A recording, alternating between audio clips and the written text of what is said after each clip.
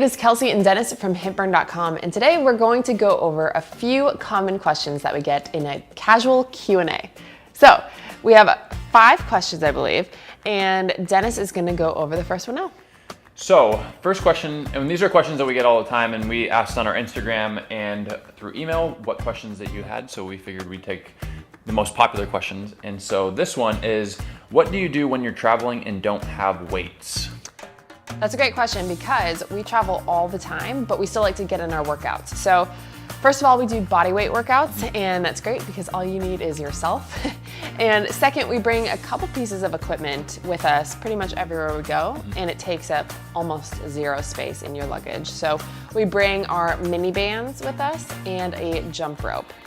Yeah, and we basically keep our workouts short when we're on the road. We still try to focus our first part of the workouts on strength training, Yep. And then we finish with something that's a little bit more intense. And then we also like to include those mini bands and the jump rope. Exactly. So, cool.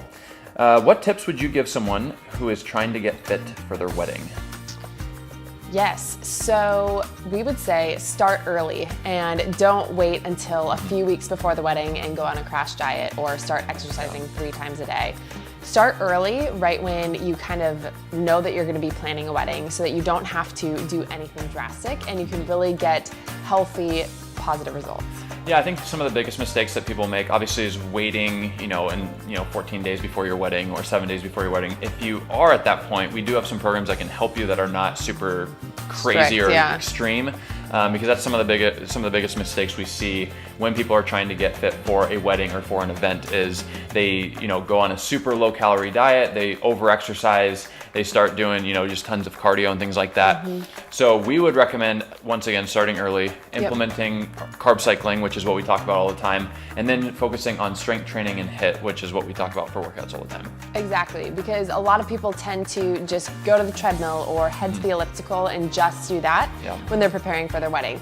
But we would suggest do a mix of strength training and high intensity interval training, and your workouts are going to be a lot shorter so you can spend more time planning. And then also you're going to get better results, because if you just stick to cardio, that's great if you enjoy it, but you're just going to become a smaller version of the shape that you currently are. So if you want to change your shape in any way, you're going to need to incorporate some strength training, and then HIIT training is just a great way to really get fast results. Yeah. Okay, so how do you get motivated to work out when you're traveling? What we do typically is we wake up right away and then get in movement. Yeah. And that's something that really is helpful, because then the workout is just over with and you can spend the rest of your day traveling, enjoying wherever you are. I think the biggest thing for us is we try to set those smaller goals, and having those workouts set in the morning. Like we've traveled quite a bit, and we've tried working out, in the afternoon or when we get back from seeing the sights. And it's one of those things where you never want to work out after you've been walking around all day, enjoying the city. So get your workout in first thing in the morning and set those small goals. And what we mean by that is maybe you're going on a 7-day trip, set the small goal of working out 3 times for 15 minutes. That's like an example of what a small goal can be. You're not necessarily trying to, get super fit while you're traveling. You're just trying to maintain and get a little bit better each day. So setting those small goals is a huge thing, and then working out in the morning. Exactly. Short and intense workouts is going to be a great way to go. And then while you're traveling, just get in tons of walking. Walk from sites instead of, obviously you have to take the train or something every now and then, but if you can walk. Yeah. Okay, lots of travel questions in this one. Yeah. What is your go-to snack when you're traveling? I would say something like almonds is really easy to kind of just grab and go, and it doesn't expire. You don't need to refrigerate it. That's something that I like. I would say beef jerky is one of mine, because once again, you can kind of take that anywhere with you. And there's lots of good brands out there for beef jerky or turkey jerky, things like that. We have some protein bars that we enjoy, like RX bars is a pretty clean bar, easy to just grab and go when you're going. Exactly, all natural ingredients. Yeah, so I think those would be some of our, and then just like if you do have like access to like a supermarket, you could just grab like some fruit or something, and that's pretty simple as well. Exactly. Ooh, good question here. What's the hardest workout you have ever done? Man, so many to choose from.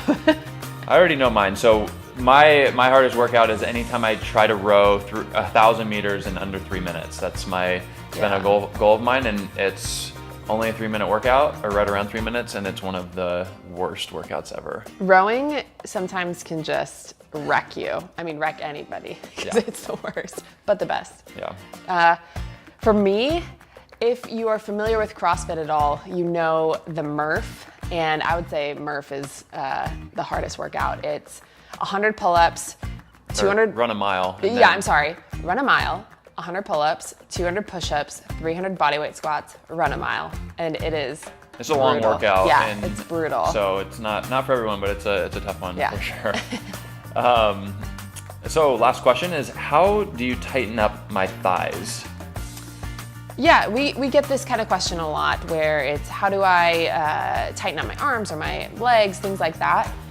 Mini band workouts are a great way to do that. So just working on strength exercises is really going to help build the muscle, and then mix in some interval training, and that's going to help shed that layer of fat, which will really help reshape whatever, your legs, your butt, your arms, things like that. And mini bands is a great way to do that. Yeah, if you have access to weights too, I mean, that's obviously a great thing too, is focusing on strength and gaining strength in those workouts. Right. In your leg workouts. With the mini bands, it's just an easy one because you can do it at home, and it adds that resistance, which is what you want. So whether you're doing weights or mini bands, it's just that resistance that's going to help you build that strength, and that's going to help tighten those thighs. And then interval training as well is going to help you burn the fat.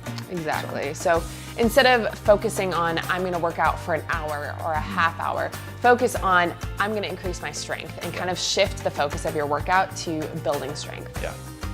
So those are the questions we have. Cool. Well, thanks so much for joining us today. If you have other questions, feel free to leave them below, and let us know if you have any other questions. Yeah, so we're on Instagram at Hiitburn, just Hiitburn. So we answer all of our questions there, so make sure you check us out. And yeah, be sure to subscribe to our channel so you don't miss any of our daily videos. We look forward to seeing you back tomorrow.